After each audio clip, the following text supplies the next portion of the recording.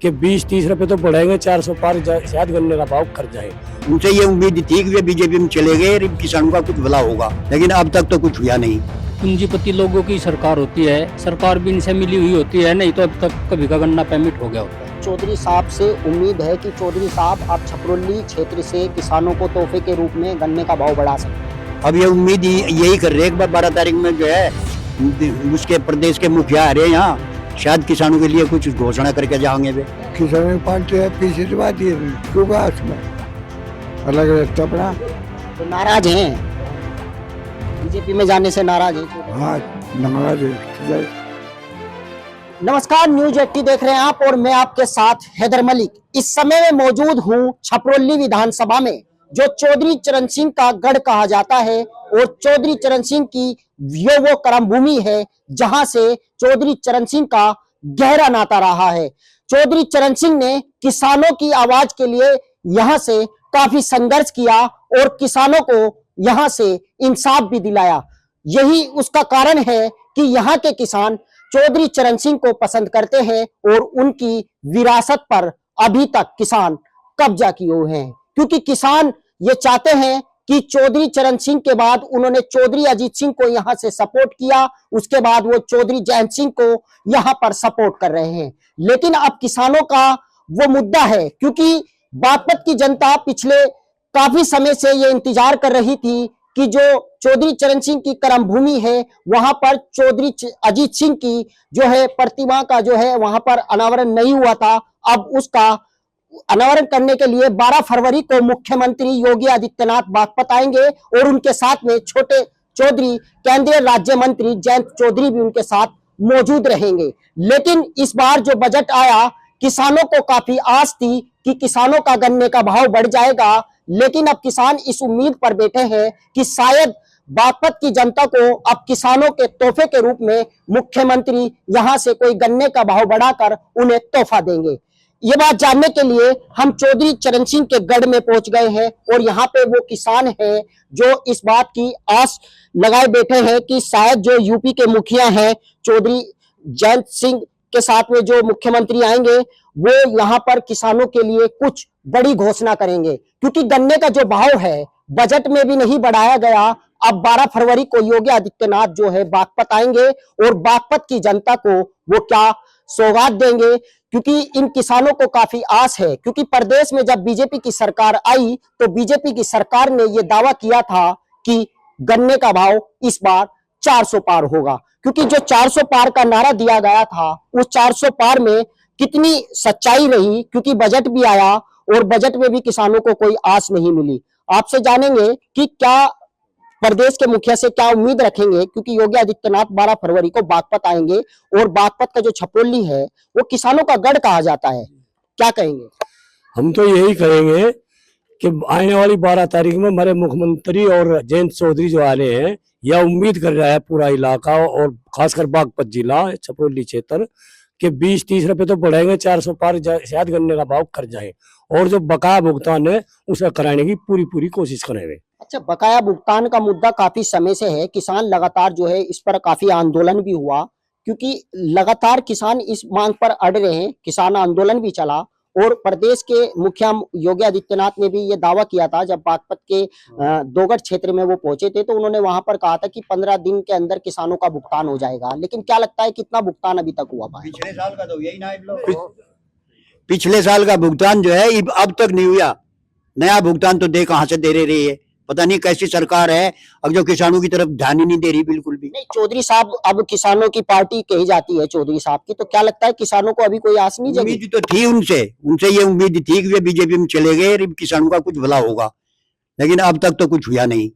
अब उम्मीद कर रहे 12 तारीख में वे आ रहे, शायद कुछ करें वे, उसी की आस लगाए बैठे सब किसान यहाँ आगे। यानी बिल्कुल किसान जो है अब आस में बैठे हैं कि शायद अब चौधरी साहब जो है मुख्यमंत्री से कोई यहाँ पर जो है घोषणा कर सकते हैं। क्या किसानों के जो भुगतान है वो अभी भी कितना बाकी है? सारा रह गया मेरे बड़ा बोल रहा जी,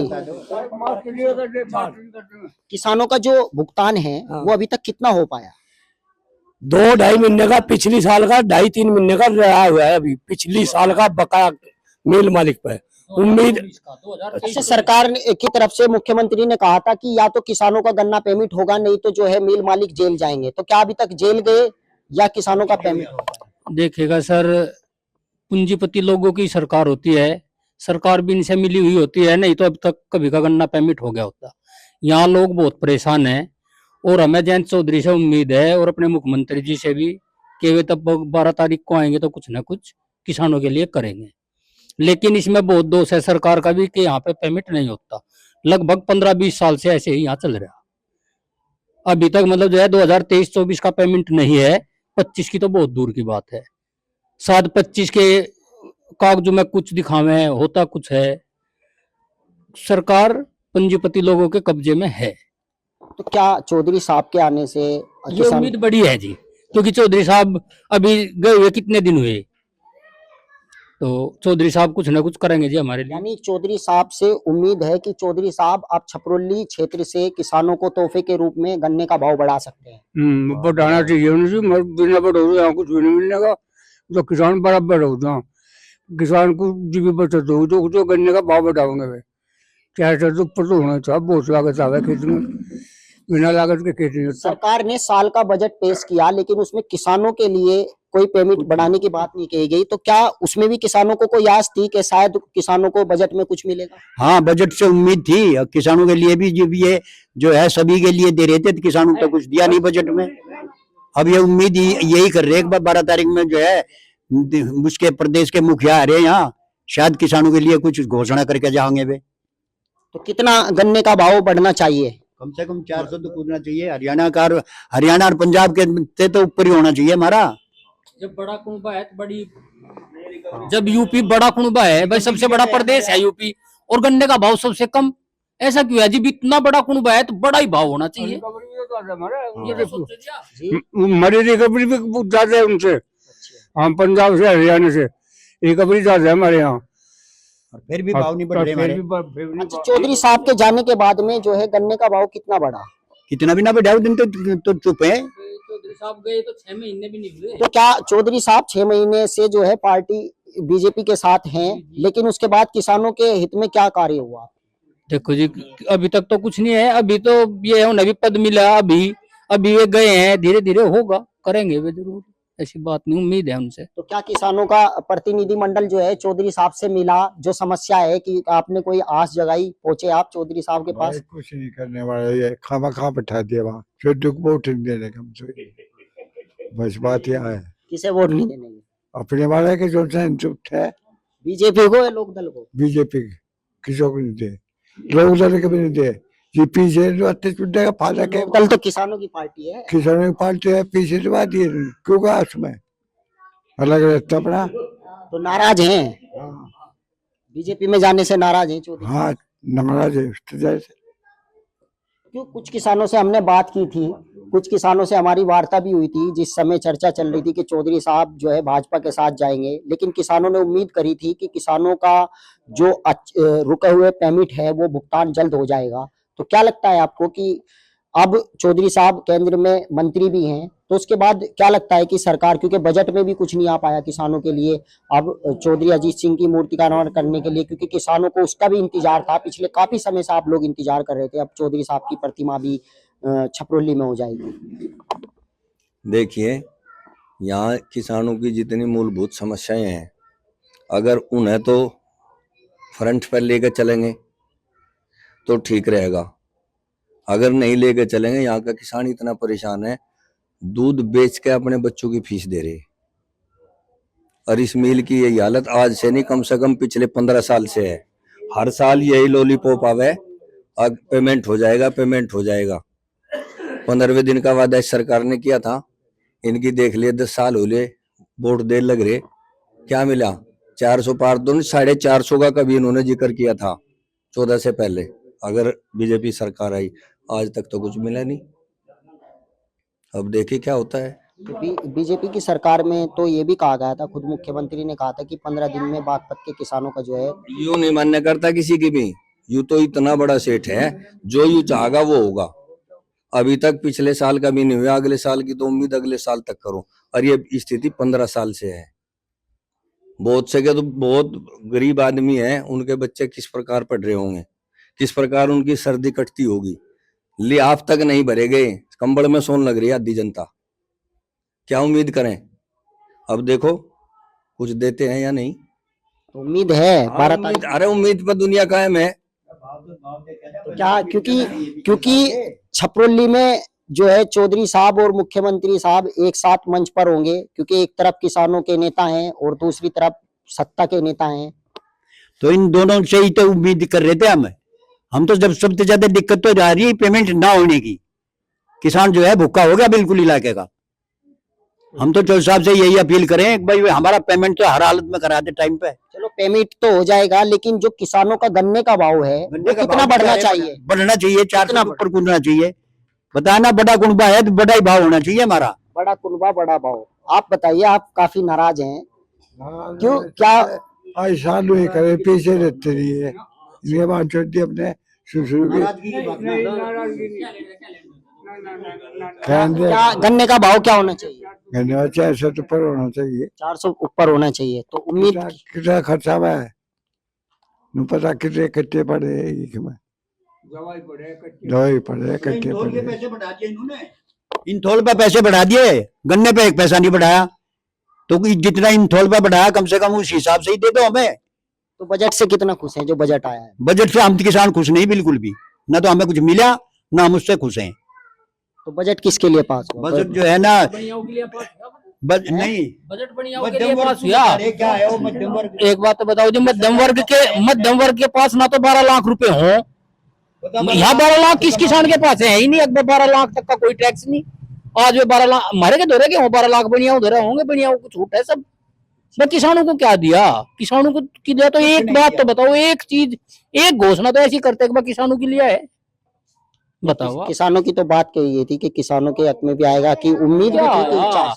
बस सुनो तो क्या है, आप कोई नहर में पानी दे दिया हो है, या कोई मतलब रोजगार के लिए कुछ ऐसा कर दिया हो, यहाँ कोई कंपनी लगा दी हो है। सबसे बड़ी बात तो रोजगार की है, इस मुद्दे पे तो कोई बोलता ही नहीं।